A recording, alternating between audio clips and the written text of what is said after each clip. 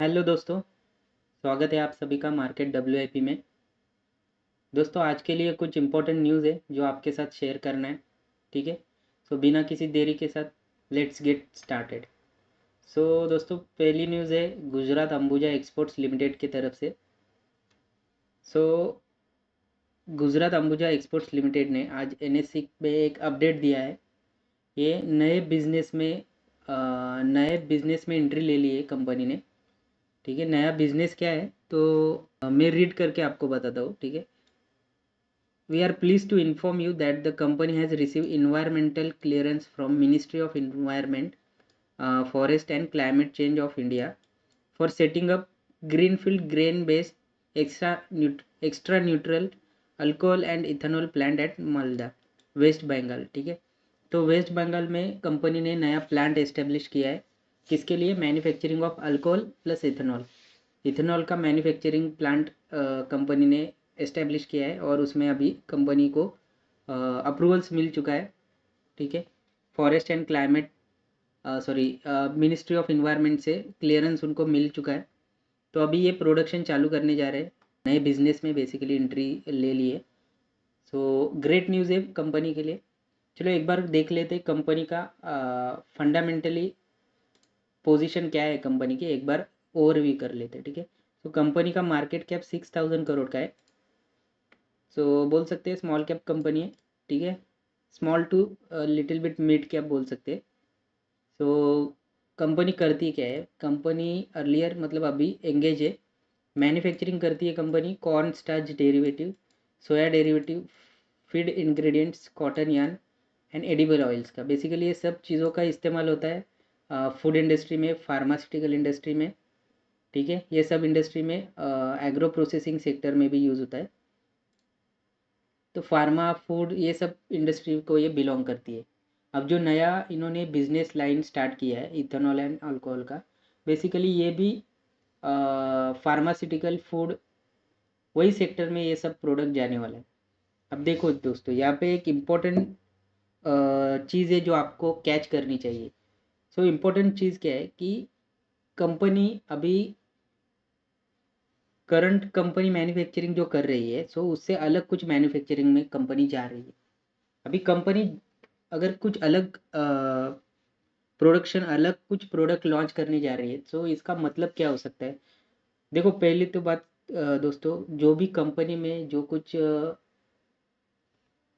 Changes आते हैं ना, तो वो चेंजेस को हमें डिकोड करना रहता है। जब अपन डिकोड करेंगे तभी अपन कंपनी का फ्यूचर एक प्रेडिक्ट कर सकते हैं कि कंपनी कहाँ पे जा रही है। ठीक है, अभी कंपनी ने न्यू बिजनेस स्टार्ट किया है और जो न्यू बिजनेस स्टार्ट किया है वो भी, उसमें जो प्रोडक्शन होगा वो प्रोडक्शन भी फार्मास्यूटिकल सेक्टर को, फूड सेक्टर को, मतलब अभी करंट जिस सेक्टर को कंपनी बिलोंग करती है, जो नया प्रोडक्शन करने वाली है वो भी उसी सेक्टर को जाने वाला है। तो कंपनी ये प्रोडक्शन क्यों कर रही है? तो बेसिकली कंपनी प्रोडक्शन कर रही है क्योंकि उसका डिमांड वो सेक्टर में कंपनी को नज़र आ रहा होगा। कंपनी कंपनी को दिखता होगा कि जो हमारे करंट क्लाइंट है उनकी ये नीड है, उनको भी इथेनॉल की शायद ज़रूरत रह सकती है। और वो देख रहे होंगे कि ये अपने इथेनॉल के लिए दूसरे दूसरे क्लाइंट से इथेनॉल वगैरह सब परचेस कर रहे हैं, तो क्यों ना हम ही इथेनॉल इन्हें प्रोवाइड कर सके। तो मतलब देखो, कहने की चीज़ मेरी यही है कि ये सब प्रिडिक्शंस रहता है, मतलब हमें प्रिडिक्ट करना रहता है कि कंपनी का इंटेंशन क्या होगा। देखो कोई ना कोई रीज़न तो ज़रूर रहेगा। बिना किसी रीज़न के साथ कंपनी कभी भी नए बिजनेस में एंट्री नहीं ले सकती।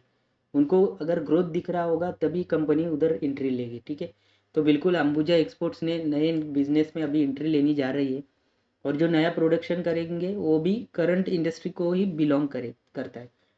ठीक है, तो कंपनी के बिजनेस को काफ़ी ज़्यादा इससे फ़ायदा होने वाला है।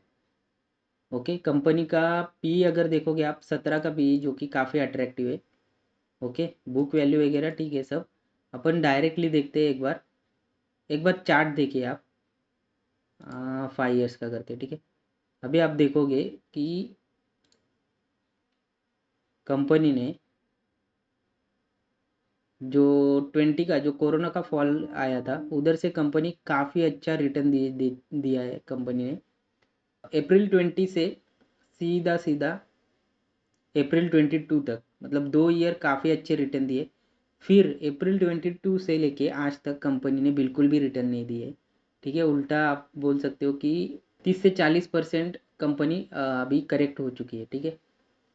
सो इसके पीछे रीज़न क्या है वो भी मैं आपको बताता हूँ। उसके पीछे का रीज़न दोस्तों रिजल्ट्स में छिपा है, ठीक है। अगर आप रिजल्ट्स पे ध्यान दोगे आपको क्लियरली दिख जाएगा कि पिछले मार्च 22 से मतलब आप ये सितंबर 21 से ही देखिए। सितंबर 21 से आज तक जो सेल्स है उसमें कुछ ग्रोथ ही नहीं दिख रही है, ठीक है। एक कंसोलिडेटेड फेज में सेल्स अटका हुआ है। सेम आप नेट प्रॉफिट में देखो, नेट प्रॉफिट में शुरुआती के कुछ क्वार्टर में आपको इम्प्रूवमेंट दिखेगा।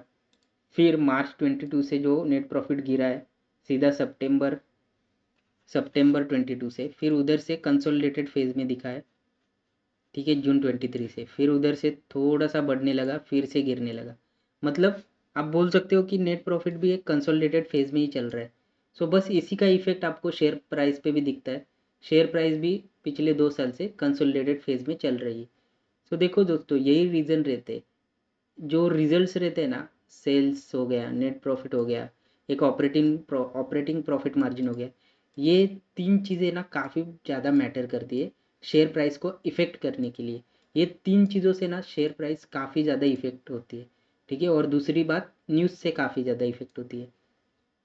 अभी देखो आज की जो न्यूज़ है ना उसका इम्पैक्ट आपको शेयर प्राइस पे दिखेगा नहीं दिखेगा ये बात की बात है, ठीक है। बट न्यूज़ क्या है ना वो जानना काफ़ी इंपॉर्टेंट है। न्यूज़ को डिकोड करना काफ़ी इंपॉर्टेंट है। कंपनी नए बिजनेस में एंट्री ली है कंपनी ने, तो आपको सीधा सीधा दिखेगा कि कंपनी न्यू बिजनेस में जा रही है और एक बिजनेस कंपनी अगर इस्टेब्लिश कर रही है तो सिंपल सी बात है दोस्तों, आने वाले क्वार्टर्स में अच्छे रिजल्ट ही आने वाले हैं। आने वाले क्वार्टर्स में ये सेल्स का अमाउंट है ना वो आपको बढ़ता हुआ नज़र आएगा। नेट प्रॉफिट का अमाउंट है ना ये भी आपको बढ़ता हुआ नज़र आएगा, ठीक है।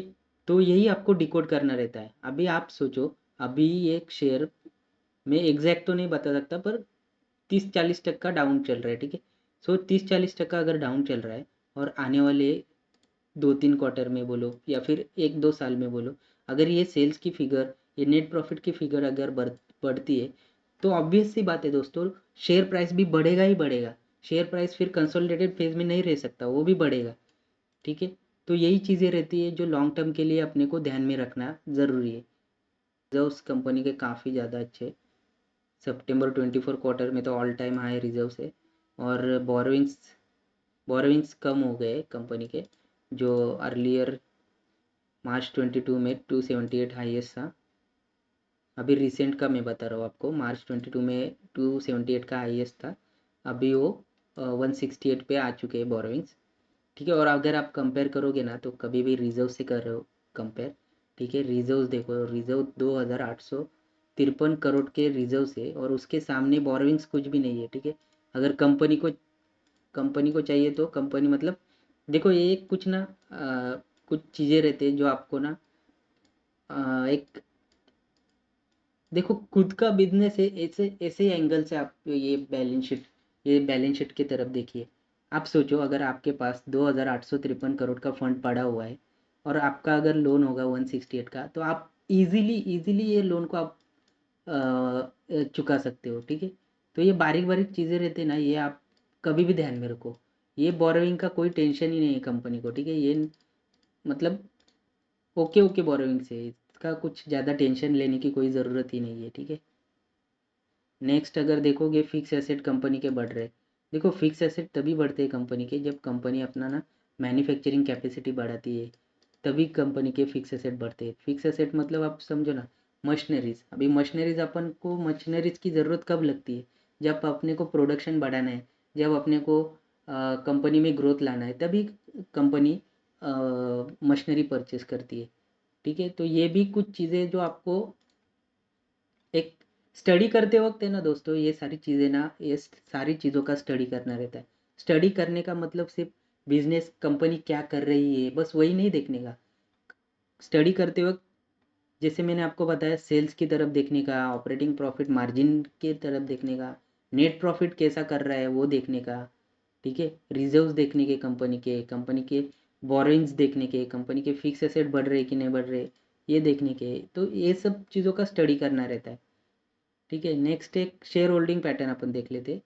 तो देखो इधर थोड़ा सा कंसर्निंग बात है शेयर होल्डिंग पैटर्न में।